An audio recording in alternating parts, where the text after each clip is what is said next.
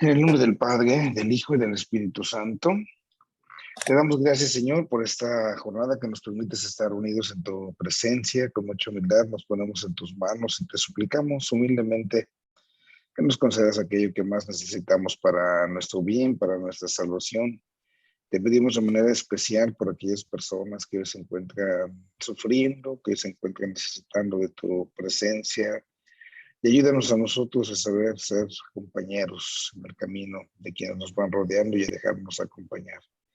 Y que en medio de esta tarea de acompañar y de ser acompañados, también te descubramos a ti, que eres el principal compañero nuestro principal guía en el camino. Que tal vez estas lecciones que vamos aprendiendo un poco más de ti, podamos descubrirte presente más en nuestra vida. Te lo pedimos a ti que eres y reinas por los siglos de los siglos. Amén. En nombre del Padre, del Hijo y del Espíritu Santo. Amén. Bueno, pues ahí estamos ya, vamos a iniciar, vamos a compartir un poquito de lo que la semana pasada empezamos a ver de esta lección y que pues, nos ayuda precisamente a ver uno de los aspectos también de nuestro Señor, ¿no? Aquí es bien importante que pues nosotros no perdamos de vista esta situación, pues de tal manera que podamos realmente ir comprendiendo, les decía yo, pues hasta donde sea posible, no pretender otra realidad más ahí con el Señor, pues queriendo así como, pues digamos, agotar todo el conocimiento de Cristo, ¿no? Esa parte, pues siempre debe de quedar para nosotros muy atenta. Empezamos a ver esto de la sesión número 5, hablando de Dios uno, ¿no? De la unidad de Dios. Voy a hacer un recorridito de lo que vimos la semana pasada y de cómo entonces nosotros estamos ahí haciendo este recorrido. Vemos a Dios como un sujeto subsistente. Decíamos Dios en substancia, es lo que subsiste, es lo que le da el ser en sí a todos, ¿no? No tiene un ser participado y decíamos como Dios por eso es perfecto, no tiene accidentes. Y veíamos como dos elementos, lo de adentro y lo de afuera de Dios. Entonces veíamos el modo de ser y empezamos a ver el modo de actuar, sus operaciones, su quehacer, el ser y el quehacer. Hablando del modo de ser de Dios, veíamos estas realidades. Decíamos que Dios, al ser subsistente, es espíritu, es perfecto, es infinito y es uno. Son esas cuatro notas características que nosotros contemplamos la semana pasada. Dios espíritu, Dios perfecto, Dios infinito y Dios uno. Y después dimos un paso precisamente a esto, ¿no? Las operaciones de Dios. Y hablando de las operaciones de Dios, nosotros decíamos un poco la semana pasada que nos referíamos a su obrar. Y en este obrar, entonces hablábamos de la naturaleza, que tiene que ser como el principio a partir del cual se va a actuar. Y vimos primero entonces que la naturaleza de Dios pues es divina, que es su naturaleza operativa, es la naturaleza a partir de la cual pues Dios se va a manifestar, Dios va a actuar. Y vimos también esta parte de lo que es la vida. Indicábamos ese día en la lección que hablar de vida es una capacidad de moverse, el movimiento inmanente que me perfecciona. Pero entonces, pues eso lo decíamos el ser humano. En Dios, que es el máximo autónomo, decíamos el que es el viviente, pues al no tener muerte en él, entonces pues el hombre está tan vivo como cuando está en comunión con Dios. Y esto era un poquito lo que terminábamos diciendo, ¿no? Y aquí hablábamos mucho, les enfatizaba yo esta parte, cómo en el hombre hay que distinguir la vida del cuerpo y la vida de su alma, que esto era pues ahí fundamental. Esto es lo que empezamos a ver la semana pasada. Voy a continuar aquí con esto de las operaciones de Dios. Vamos ahora a ver lo de la ciencia de Dios. ¿A qué se refiere? Cuando decimos la ciencia de Dios, ¿qué queremos decir con ello, no? Decir la ciencia, para nosotros, cuando pensamos en la ciencia, de inmediato vamos a hacer así como una referencia a una serie de conocimientos que tenemos, ¿no? Pero tal cual, la ciencia es el conocer que nosotros pues podemos ahí tener acerca de algo, el conocimiento de algo, ¿no? Y entonces podemos decir que Dios es la perfección del conocimiento. ¿En qué sentido? Pues de que en Dios no hay un proceso, ¿no? Cuando hablábamos al inicio del curso, ustedes recordarán, yo les ponía el ejemplo de cómo los seres humanos conocemos.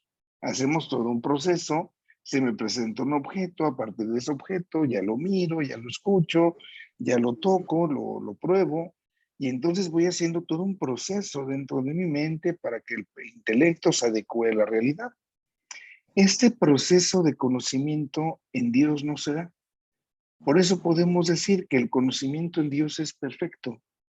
¿Por qué? Porque no tiene ninguna especie de intermediario. Dios conoce a la primera y para siempre, ¿no?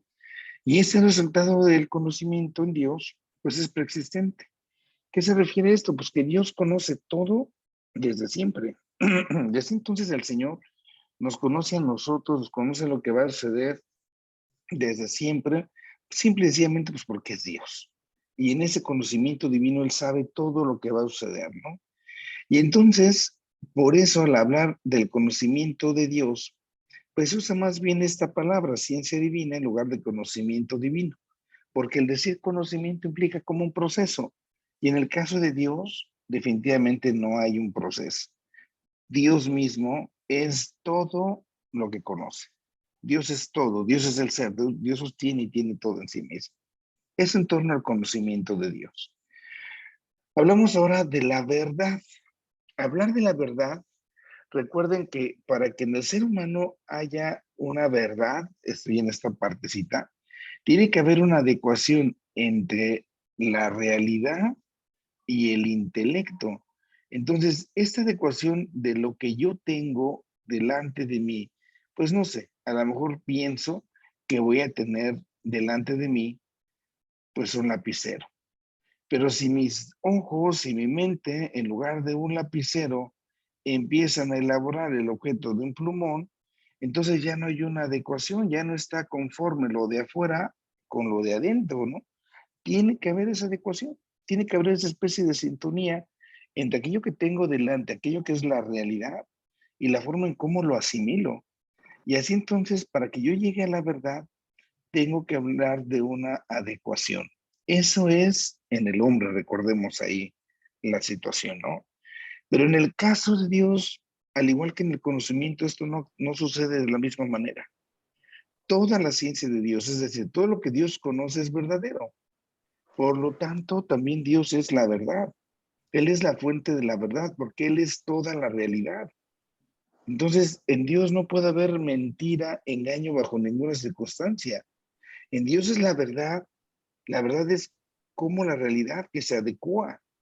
Ajá, cuando Dios piensa algo, desde ese pensamiento de Dios brota aquello que va a existir.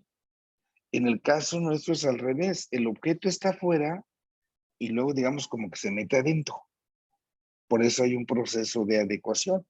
Pero en el caso de Dios no. En el caso de Dios primero está adentro y luego sale. Y a partir de eso es como le va dando existencia a todo. Esa es la grandísima diferencia. Nosotros tenemos los objetos por fuera, pero en el caso de Dios así no. En el caso de Dios resulta que ya todo está dentro y entonces se saca. Por eso jamás va a haber una mentira en Dios, porque Él es la fuente precisamente de todo lo que se tiene ahí. Eso es entonces en torno a la verdad. Viene ahora esta idea de viene este concepto de las ideas, ¿no? En Dios las ideas son las esencias. Recordemos, las esencias son los modos de ser. ¿Cómo van a ser las cosas? Pues a partir de lo que Dios piensa, a partir de lo que Dios es, ¿no? Entonces podemos decir, por voluntad divina, las concede a las criaturas. Es decir, todo viene de Dios y les da su autonomía. Me explico de esta manera. Todo lo que Dios piensa, todas las ideas de Dios se hacen realidad.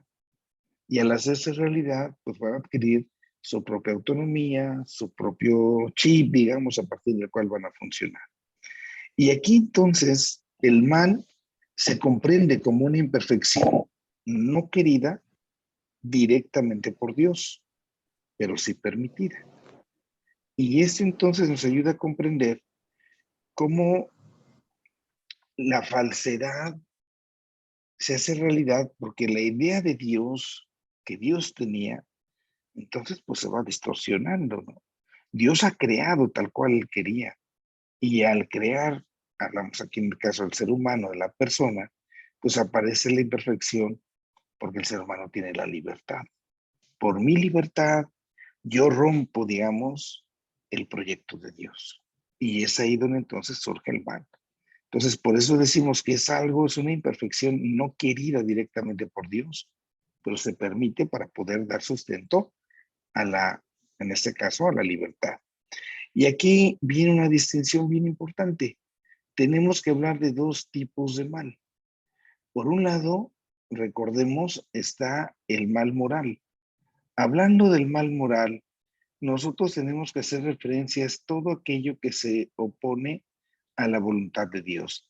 Y en este sentido, pues es lo que llevamos el pecado.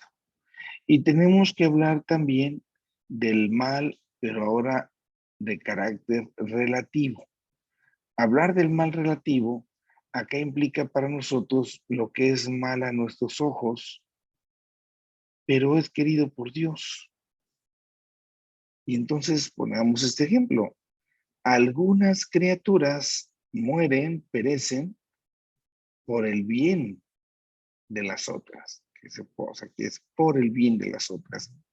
Entonces, en una cadena, por ejemplo, en la naturaleza, una cadena alimenticia, para que nosotros podamos tener los alimentos que tenemos, pues algunos animales tienen que morir en bien de los otros, no hay una criatura superior. No hablamos aquí de los abusos que se llegan a cometer cuando el ser humano entonces abusa de ese poder y entonces destruye por destruir o movido por la ambición. Claro que no. Eso ya entraría el mal moral, porque ahí estamos hablando ya de un pecado tal cual. Pero este mal relativo es ese mal que es a nuestros ojos, y ojo con la afirmación, querido por Dios, pero siempre en razón de un bien superior, en este caso, la supremacía del ser humano, ¿no? Como criatura. No podemos poner por encima, voy a salvar, no sé, si tuviera yo que salvar a un animal o a una persona, si no tengo otra opción, por supuesto que hay una prioridad, y esa prioridad, pues, es para el ser humano. Y esto, pues, nos debe de quedar claro para que no caigamos ahí en ese error. Damos ahora el paso a esta partecita del querer, de la voluntad de Dios, ¿no? ¿Cómo es que Dios actúa? ¿Cómo es que Dios quiere? Entonces, si se dan cuenta, hemos hablado ahorita de cómo Dios conoce el pensamiento divino, sus ideas que se hacen realidad. Y ahora vamos a hablar de la voluntad de Dios, el querer de Dios. Entonces atribuimos a Dios el querer, es decir, Dios tiene una voluntad. ¿Qué es lo que nosotros vamos a comprender acá? Primero, pues lo que Dios quiere, pues es el propio bien. Dios no puede querer como ninguna criatura en sí misma puede querer su propio mal. Podemos pensar en los seres humanos y de ahí irnos hacia Dios. Ningún ser humano en sus cinco sentidos va a querer el mal para sí mismo. Jamás en la vida, ¿no? Quiere lo bueno para él. Pues mucho más en Dios, mucho más en Dios. Y eso entonces es una adhesión a sí mismo. Cuando Dios quiere lo mejor para él, es entonces porque Dios se posee y se goza con ello. Es lo que llamamos la fruición, ese gozo supremo que hay en la presencia de Dios, porque se posee plenamente y en esa posesión de sí mismo viene ese gozo, se es dueño totalmente de sí. Ahora, ese bien en sí mismo, Dios lo quiere compartir, lo quiere difundir, quiere el bien de todas las criaturas. Y entonces aquello que Dios quiere para sí, Dios también lo quiere para los demás, y en este caso para todas sus criaturas. Acá pensemos, no sé, por el ejemplo, el papá, la mamá, quieren algo bueno para ellos, pero no solo para ellos, ¿no? Porque si no sería caer en el egoísmo. Lo quieren también para sus hijos. Pues de esa manera también Dios. ¿Y cómo nosotros descubrimos acá la voluntad, ¿no? De Dios, los signos de Dios? Pues primero tenemos que saber que tiene que ser en orden al bien. Ahora, respecto al presente y al pasado, ojo con esto, ¿no? ¿Cómo sé cuáles son los signos de esa voluntad de Dios? Respecto al presente y al pasado, está lo que es permitido y lo que es operativo, la permisión y la operación. Entonces, quizás pudo haber permitido algunas situaciones referidas al mal, como decíamos, al mal relativo. Y en torno a la operación, pues siempre va a ir para que hagamos el bien. Haz el bien. Eso es lo operativo, eso es lo que tienes que hacer. Aunque en algunas circunstancias se permite el mal, ¿sí? Como lo decíamos anteriormente, no nada más el mal por el mal, no el mal del pecado, no el mal moral. Respecto al futuro, Dios, ¿cómo nos muestra su voluntad? Pues nos va a prohibir lo malo y nos va a mandar lo bueno. Viene la prohibición de lo malo y el orden, el precepto de lo bueno. Y respecto al bien facultativo, así como que esto se puede o no se puede hacer, pues Dios entonces nos concede el consejo. Y esa es entonces la forma en la cual se manifiesta esa voluntad de Dios. La voluntad de Dios siempre quiere el bien. Entonces nos va a pedir respecto a presente y pasado que lo hagamos, y nos lo va a ordenar respecto al futuro, haz el bien. Respecto a presente y pasado en el mal, bueno, pues quizás se permitió en miras a un bien mayor, pero respecto al futuro, por supuesto, Dios lo prohíbe totalmente. Y en torno a este bien facultativo, bueno, pues Dios lo aconseja. Damos un paso más, hablemos del amor de Dios. Nosotros al hablar del amor de Dios, pues nos encontramos con el centro de todo, ¿no? Nos dice San Juan, Dios es amor, Dios es amor. Y entonces tenemos que aprender qué es el amor y cómo amar, para con ello que nosotros podamos realmente mirar a Dios. Mostrar el amor de parte de Dios, pues es un acto que sucede especialmente y en primer lugar en la creación. La creación ya es un fruto del amor. El hecho de que yo exista es un acto del amor de Dios. Y así lo podemos pensar de cualquier persona o de cualquier realidad. Todo lo que existe ya nos habla del amor de Dios. Ustedes que tienen sus hijos, cuando les han engendrado, ya eso habla de un amor. Hay gente que luego dice, padre, pues es que mis papás a mí no me querían, padre, es que pues mi hijo fue fruto de un abuso, pues pudo haber sido abortado. El hecho de que el hijo o la hija viva, incluso en una circunstancia tan difícil, ya habla de un acto de amor, por muy difícil que haya sido, ¿no? Y esto entonces nos muestra, en el caso humano, ese amor, pues mucho más con Dios. El que cada uno de nosotros exista es ya un acto de amor. Y por supuesto, ese amor se muestra con plenitud en la salvación. En el hecho de que a pesar de que nosotros nos hayamos equivocado, Dios envía a su Hijo y envía a su Hijo para salvarnos. Ahí es donde se muestra ese ser de Dios. Ahora, en las criaturas, nosotros tenemos que hacer una distinción del amor. Está en lo que se llama, bajo estos criterios de algunos autores, primeramente el amor de concupiscencia. Un amor de concupiscencia nos va a hacer referencia a ese amor como interesado. El amor hacia aquello de lo que se tiene necesidad. Yo tengo necesidad de esto, entonces lo voy a utilizar. Y para utilizarlo, entonces, pues voy a echar mano de esta realidad. Es ahí cuando en verdad viene ese amor de concupiscencia, de lo que yo tengo necesidad. Es un amor, digamos, interesado. En el caso del amor de benevolencia, ahí la cosa es totalmente distinta. Ahí la cosa ya es desinteresada en ese sentido. Y entonces es una adhesión gratuita, sin sacar beneficio de nada ni de nadie, al loto, para gozar del loto. Entonces, esta es la distinción del amor que nosotros podemos tener. Amamos aquello lo que nosotros necesitamos para nuestro bien, usamos las cosas. Y en la benevolencia es que yo gozo de ello, yo gozo de ello. En Dios, por supuesto, nosotros solamente podemos hablar de este amor de benevolencia. ¿Sí? ¿Por qué? Pues primero porque Dios no tiene necesidad de usar nada. El don supremo que Dios concede en ese sentido, dado que es todo gratuito adherirnos a Él, es la comunión con Él mismo. Y entonces Dios no tiene necesidad de nada, pero a pesar de eso sale de sí y nos ama. Y entonces ahí tenemos nosotros esta distinción de ese amor entonces respecto a la escritura, respecto de nuestro Señor.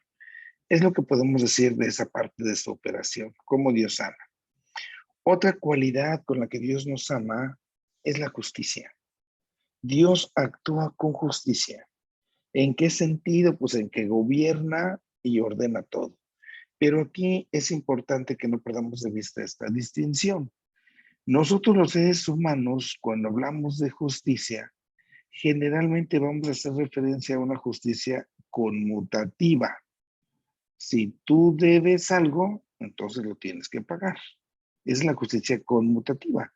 Y eso, por supuesto, no sucede en Dios. En Dios no es una justicia conmutativa. ¿Por qué? Porque no se le debe nada a nadie. Dios no nos debe nada absolutamente a nosotros, no, pero para nada, ¿no? Entonces, aquí no se trata de una especie de castigo para recuperar algo que se haya perdido. En los términos humanos nosotros así lo hacemos, ¿no? Para nosotros un acto de justicia es que si yo te robé 5 pesos, los tienes que pagar, tienes que devolver esos 5 pesos, tienes que restaurar el daño, ¿no? Esa es la justicia conmutativa en este caso. En el caso de Dios esto no sucede así, no funciona así. Para nosotros Dios actúa en justicia en el sentido de que le da un orden a todas las cosas, gobernando todo, poniendo cada cosa en su lugar. Y es ahí donde Dios es justo. Si nosotros tuviéramos acá un conflicto y quisiéramos decir, bueno, es que si esa persona se portó mal, pues que Dios lo castigue, ¿no? A veces sí lo pensamos, Padre, ¿por qué Dios no se lleva a la gente mala? ¿Por qué Dios no se lleva a los malos? Siempre deja a los buenos. Y a veces ante ese tipo de pensamientos, expresiones, pues yo luego les digo, imagínense si Dios se llevara a los malos, ¿no? Ya no habríamos ninguno y ya no estaríamos ninguno de nosotros aquí.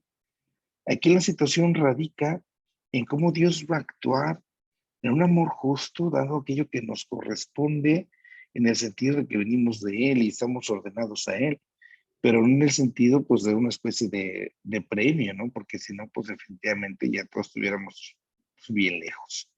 Y aparece finalmente este concepto de la misericordia.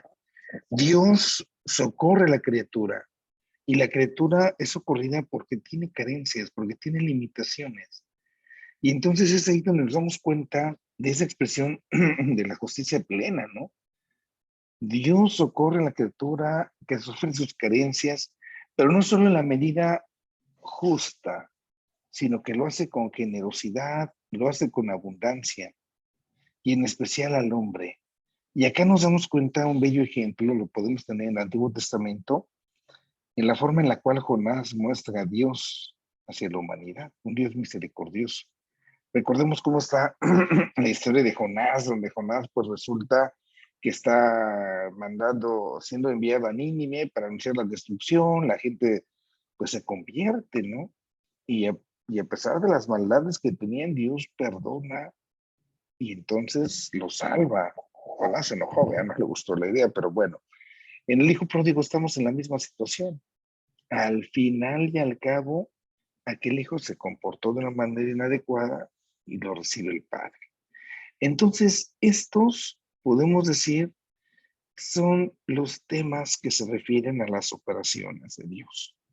Me voy a retirar un poquito acá en esto para que lo vayamos comprendiendo. Vimos Dios uno y en ese Dios uno vimos los modos de ser de Dios.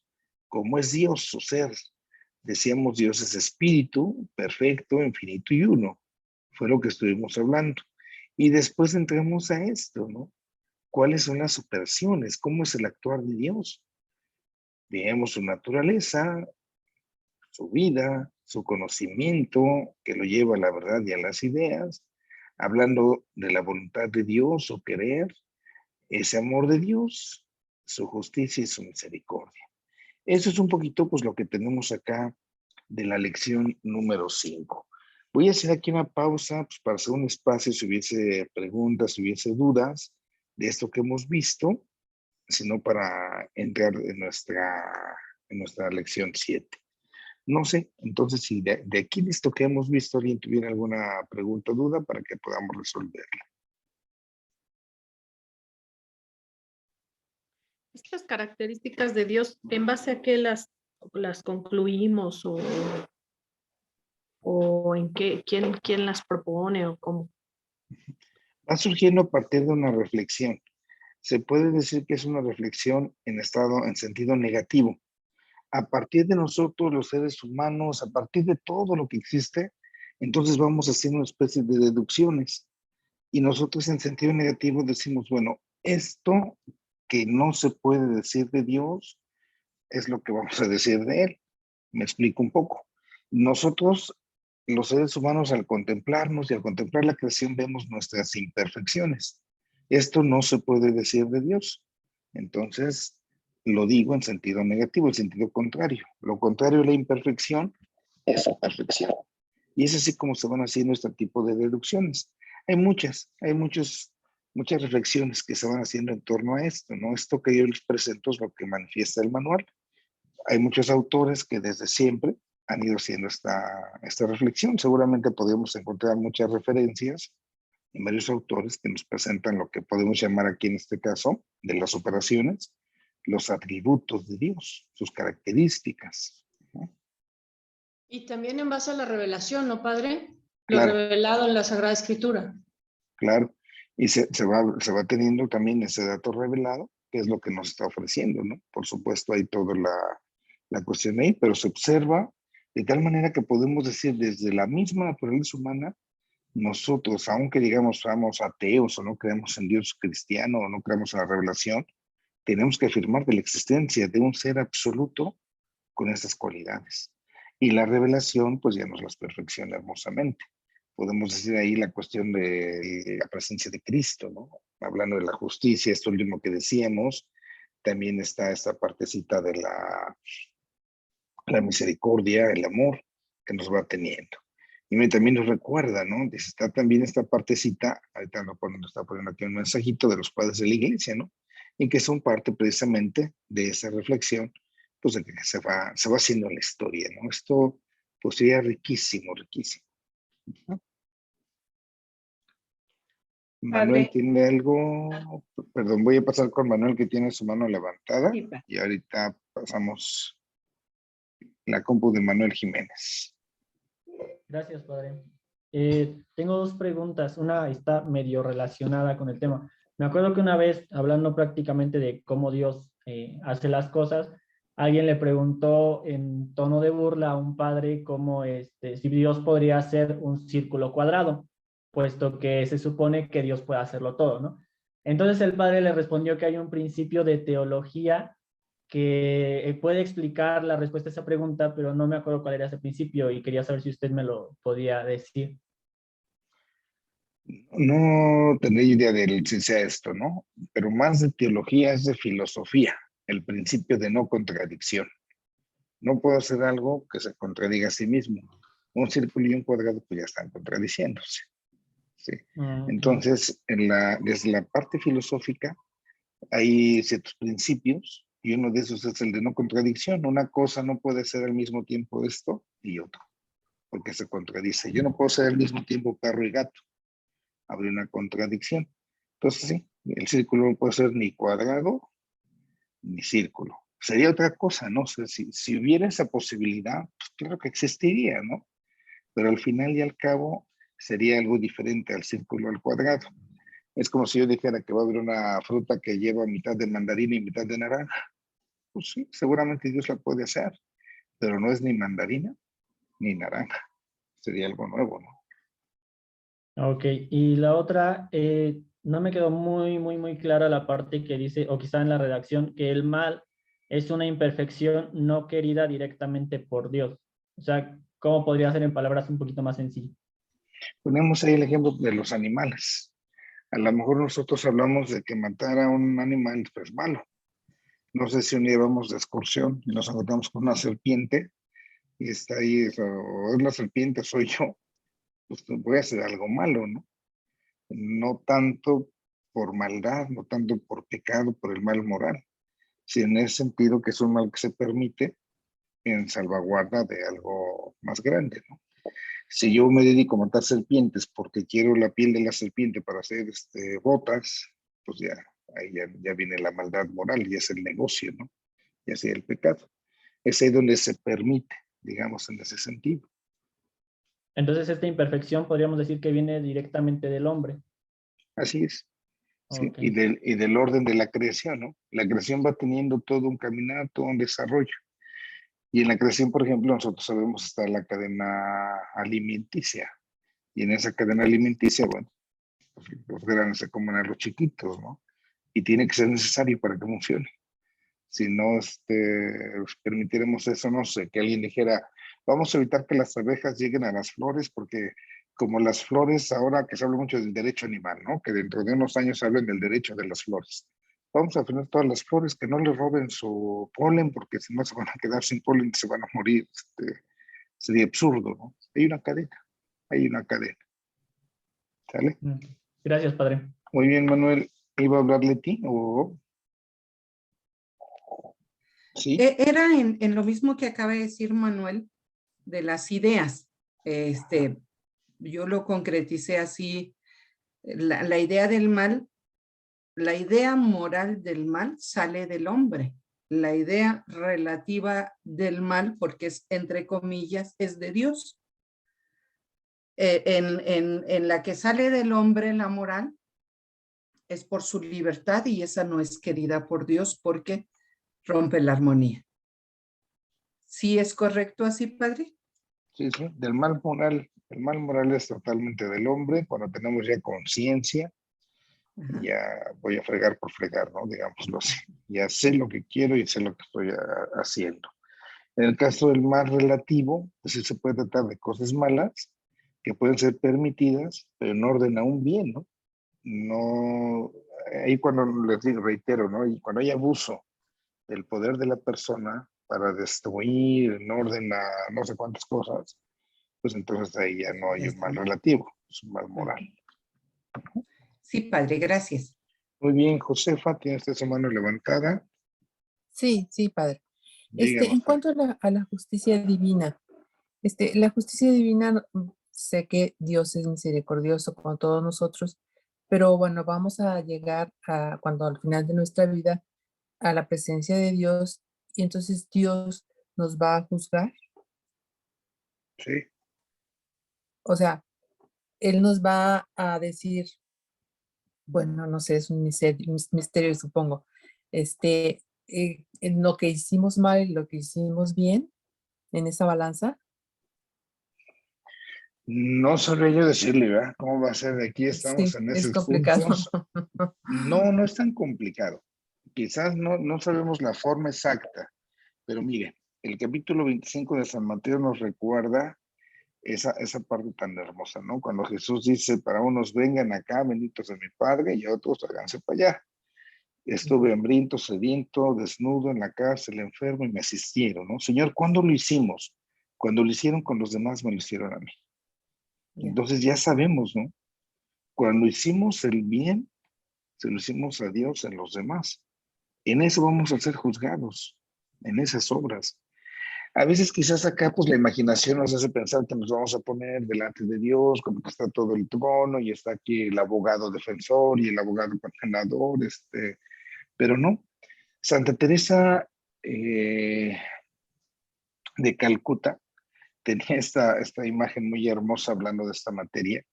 Decía que vamos a estar como delante de un espejo y ese espejo es el amor, es Dios. Y entonces poniéndonos delante del amor, nos vamos a dar cuenta de cuánto amor nos ha faltado. Y es ahí donde nosotros, sería una especie, digamos, como de autojuicio, ¿no? Esa es una postura que se ha manejado por algunos, donde dándome cuenta de cuánto me faltó amar, ¿no? No sé si puede hacerse como que, ching, me faltó decirle esto y esto, o ir a ver a visitar o puede ser ahí esa parte, ¿no? Pero al final seremos juzgados en las obras, en la caridad, en el amor. Y esto es lo que resulta sobre todo fundamental. Por ahí va un Sí, poquito padre. más. Perdón, y en esta vida también Dios nos está juzgando, digamos, en esta vida terrenal. En el sentido de decirnos qué está bien o qué está mal. En el Comparto sentido de justicia divina. O sea, esto sucede por justicia divina.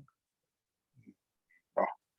Voy a compartir otro pedacito de la pantalla que veíamos esto de la justicia. Miren.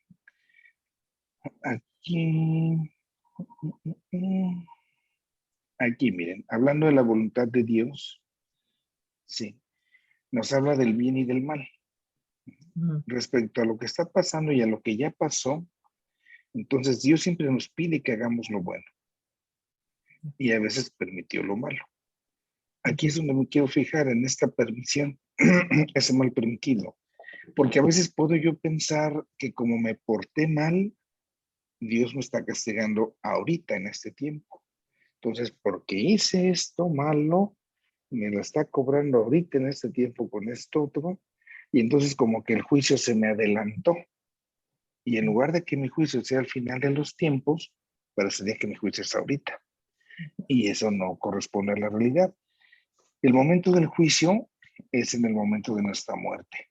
Nosotros hablamos del juicio individual, que es cuando cada uno muere, y hablaremos del juicio final, ya cuando venga la resurrección. En el caso, si nos toca morir antes del juicio final, ese juicio individual va a ser ya nada más como ratificado, en el caso de que así sucediera. Porque a veces suceden cosas malas, ¿no? Y a veces nosotros podemos pensar o decir, bueno, es que seguramente porque esta persona hizo esto que estaba mal, por eso ahorita está pasando por esta situación y como que Dios ya lo está castigando, ¿no? Ya se lo está aplicando. Y pues definitivamente pues no sería correcto que nosotros afirmáramos algo de esta naturaleza. ¿Por qué sucede algo malo? Bueno, estamos ante lo que es el misterio del mal. Hay cosas que son obvias. ¿Por qué suceden? Si yo ando de canijo con una mujer que no es mi mujer, pues obviamente al rato no puedo andar de chillón de que, ay, ¿por qué mi vieja me dejó? ¿Por qué mis hijos me odian? Yo me lo busqué. Ok. Ese es un mal que yo provoqué. Estamos metidos también en una estructura de pecado. Entonces hay males que son de carácter social. Y en la estructura de pecado, por ejemplo, la gente que es pobre, en una pobreza extrema, está sufriendo. Pero no es algo que Dios quiera, ni Dios permita, ni Dios les haya mandado como castigo. Es por el abuso de otros que eso va sucediendo, ¿no? Tenemos ahí otro mal. Uh-huh. Y podemos hablar de un mal que es donde entra ya propiamente el misterio. Por ejemplo, la enfermedad. La semana pasada que anduvimos yo en las procesiones ahí con el Cristo, yo me encontré con una chiquilla de 9, 10 años. Su corazón no le crece, ¿no? Entonces los papás la llevaban a las procesiones pues, cargando con su fe, ¿no? De decir, Padre, pues venimos a encomendarnos a Dios por nuestra niña, que no sé qué. ¿Cómo explicar eso, no? Ujú. Es a lo mejor un mal físico que se dio porque no sé qué, porque no sé cuánto, porque haya sido, sí, pero ahí no hay como que hice esto para merecer lo otro, como me porté mal para que me fuera mal o es culpa de la sociedad. Y es ahí cuando a veces nosotros encontramos lo que es precisamente el misterio, el misterio del mal. Y acá, bueno, pues es aquí donde viene pues nuestro desafío, ¿no? ¿Cómo compaginar? Pero no es causa de un juicio. O sea, no es que Dios ya desde ahorita me lo esté como cobrando, como que le esté adelantando, ¿no? La cosa. Y viene aquí una cosa interesante y eso ya es reflexión, solamente personal, ¿eh? Ujú. En algunos momentos, cuando a mí me toca ver a alguna persona que a lo mejor en su vida, pues tuvo una vida media, y hoy sufre en la enfermedad antes de morir, pues no creo que Dios le mande eso así como, lo voy a cobrar de una vez, ¿no? Pero sí creo que puede ser aprovechado para ir purificando. Aquella persona va sanando, si la aprovecha ese tiempo de enfermedad en ese sufrimiento, puede ser muy redentor. Digamos, ya desde este mundo empieza a tener ese camino de purificación. Y esto puede ser, digamos, como de lo malo se puede sacar algo bueno, ¿no? Se puede aprovechar, pero jamás es como un fruto que Dios esté enviando por un juicio previo, ¿no? Muchas gracias, Padre. Muy Muchas bien, gracias. ok. Manuel, ¿tienes tu mano levantada? Sí, padre. Dice mi doctor espiritual que soy muy preguntón de que empiezo a pensar las cosas. Eso es excelente. Ahorita que estamos hablando de la justificación y eso se me vino a la mente el concepto, la idea del castigo, ¿no? Y ahorita que estaba hablando precisamente de cuando llegamos al final de nuestra vida y vemos a las personas sufriendo. Pareciera que en el Antiguo Testamento Dios es un Dios que castiga. en sí mismo. Pero pues todos hemos escuchado esta discusión entre que si Dios castiga, que si no castiga, que si somos nosotros y nuestros actos.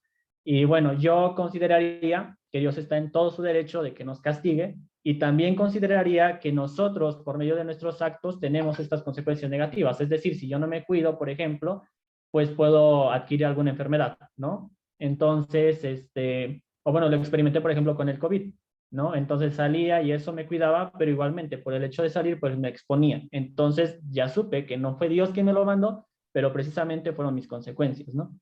Pero sí me interesa mucho esta parte de querer aclarar este asunto. O sea, Dios en sí mismo castiga, que repito, puede estar en todo su derecho, y además nosotros con nuestros actos tenemos consecuencias negativas, o simplemente Dios no castiga.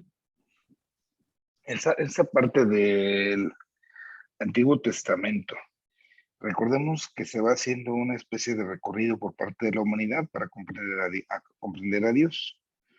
¿Cuándo se deja de ver este Dios castigador? En el Nuevo Testamento, en razón de Cristo. Cuando Cristo aparece y revela. Entonces, cuando Cristo nos viene a revelar quién es Dios y que Dios es Padre, es ahí cuando viene esta situación, ¿no? Ya se nos revela, digamos, se quita ahí esa oscuridad que había. En la antigüedad esto fue causa de herejías, porque entonces se hablaba como de dos dioses, un Dios malo y un Dios bueno, el antiguo y el malo, el Nuevo Testamento. Aquí nosotros debemos recordar cómo la gente antes de Cristo habla de Dios bajo una figura que se llama antropomorfismo. Voy a poner una pantalla para escribir, permítanme nada más tantito. Esa parte del antropomorfismo es hablar de Dios bajo figuras humanas. Ok. Déjenme hacerlo un poquito más grande. Ok. Esto es lo que se llama el antropomorfismo. ¿Sí? Bajo figuras humanas, entonces se empieza a hablar del hombre.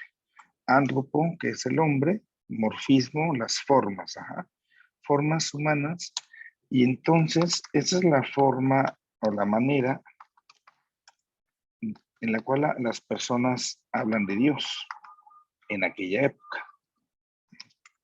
Ellos tratan de explicarse, entonces por eso en la Sagrada Escritura vamos a encontrarnos con textos que realmente pueden resultarnos escandalosos. Dios que castigó a todo el pueblo, Dios que los achicharró, Dios que, ¿cómo es posible que haya permitido esto, el otro, aquello? Y esto es terrible si no lo contextualizamos y lo entendemos. Entonces, aunque en el Antiguo Testamento se hayan usado estos términos, no se refiere a que Dios realmente lo haya hecho. Es una forma en la cual las personas pues hacían esa parte de explicación de lo que estaba sucediendo, pasando, ¿no? Y eso lo seguimos como arrastrando porque queremos ver a Dios como si actuara de forma muy humana. Y pues claro que por supuesto que no. No resulta de esa manera. Tú dices una frase peligrosa, dice, Dios tiene todo su derecho a castigarnos humanamente, pero divinamente, dado que su naturaleza es bondad, entonces en ese sentido iría en contra de, no puedo contradecirme. Y es por eso que entonces es cuando se habla de la especie del autojuicio, de la autoponderación. Soy yo, con mis actos, el que se echó la soga al cuello, ¿no? No puedo echarle, a veces no sé, si yo hago una travesura y al rato digo, es que mi mamá me castigó, ¿no? Como si ella tuviera la culpa, pues no. O sea, yo tengo que asumir con responsabilidad la consecuencia de mis actos. Y yo tendría, sin que me castiguen, que enmendar mis actos, ¿no? Que ya hablaría de mayor libertad del sujeto, ¿no? De la persona. Y a partir de ese enmendar mis actos, bueno, es como yo estaría otra vez ubicándome en esa presencia de Dios. Por ahí un poquito la cosa, ¿no? ¿Sí, Manuel? Sí, padre, gracias. Ok. Vamos con iPhone. iPhone tiene su manita levantada. Soy yo, padre, Tita, perdón, no le cambié. Dígame, Tita. Antes la señora Loli, ¿no? ¿Ya no está? Dígame usted. Ok. Perdón, padre, de lo que está hablando del castigo de Dios y todo, también puede ser del bien, padre, por ejemplo, obvio, el bien se hace no esperando nada, sino como benevolencia, disfrutarlo, sentirlo, como lo hace Dios. Pero también cuando hay etapas de la vida muy difíciles que no son el castigo de Dios, sino son circunstancias, pues, que llegan y no porque yo hice algo mal, sino que fue una etapa muy difícil. Y después ya vienen cosas buenas y es cuando yo estoy acercándome a Dios, es porque me estoy acercando ya a Dios y son las etapas de alguna manera que generan cosas buenas, así como lo malo me aleja de Dios, lo bueno me acerca a Dios, pero sí hay etapas donde no premiar, no nada de eso, pero sí mis acciones pueden generar algo positivo en mi vida, padre, en mi vida. O sea, que yo, por ejemplo, ahorita yo siento que es la etapa más bonita de mi vida y no quiere decir que no tengo problemas, ni situaciones, ni carencias, a lo mejor hasta más que antes, pero para mí es la etapa más bonita de mi vida, padre, ahorita.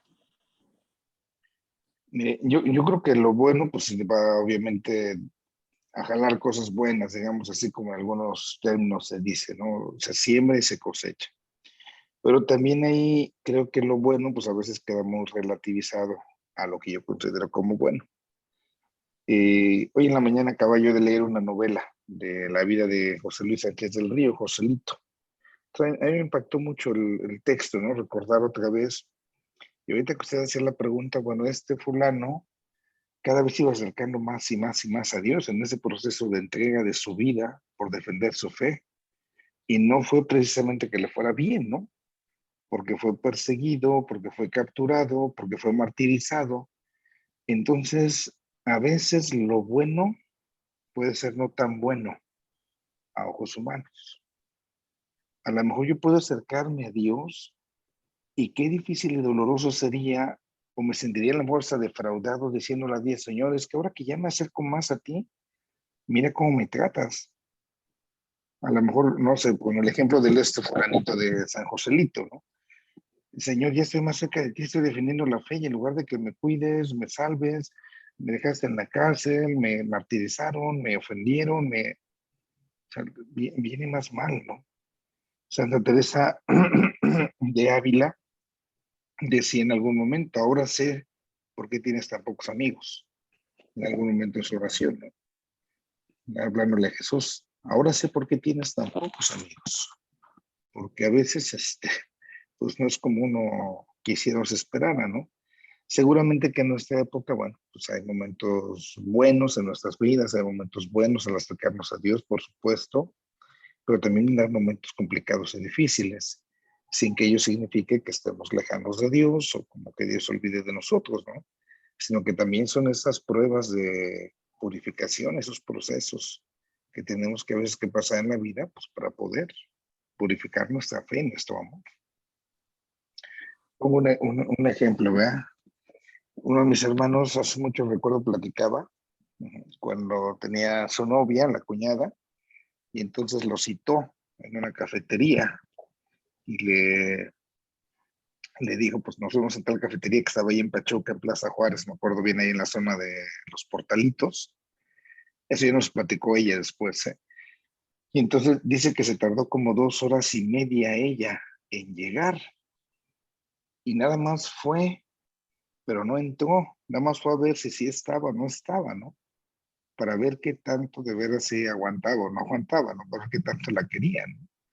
Y bueno, el hermano ahí estaba, ¿no? Esperándola. Ella nunca llegó, pero se fue a asomar, ¿no?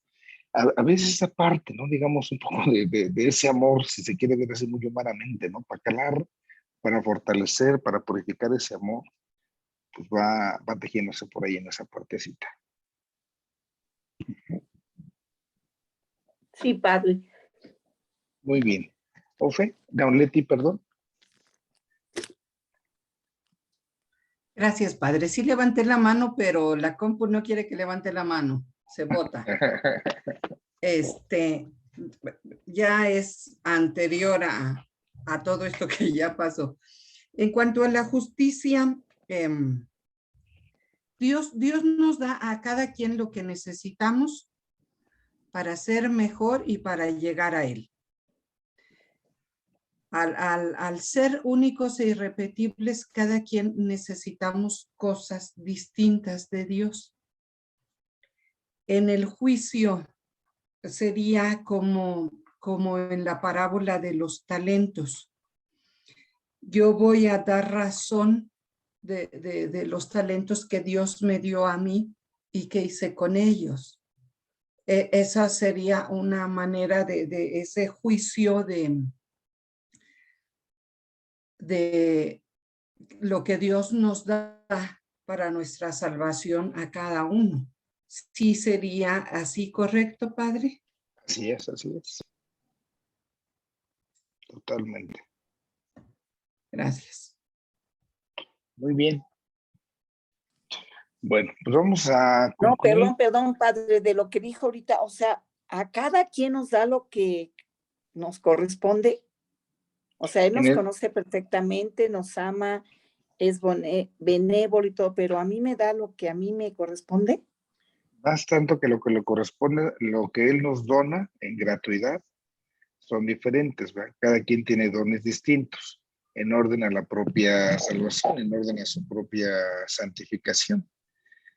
Aquí lo que le he remarcado esa parte, ¿no? A lo mejor Dios, pues algunos hacemos esa comparación, les da un talento, a otros le da 2, a otros le da 3.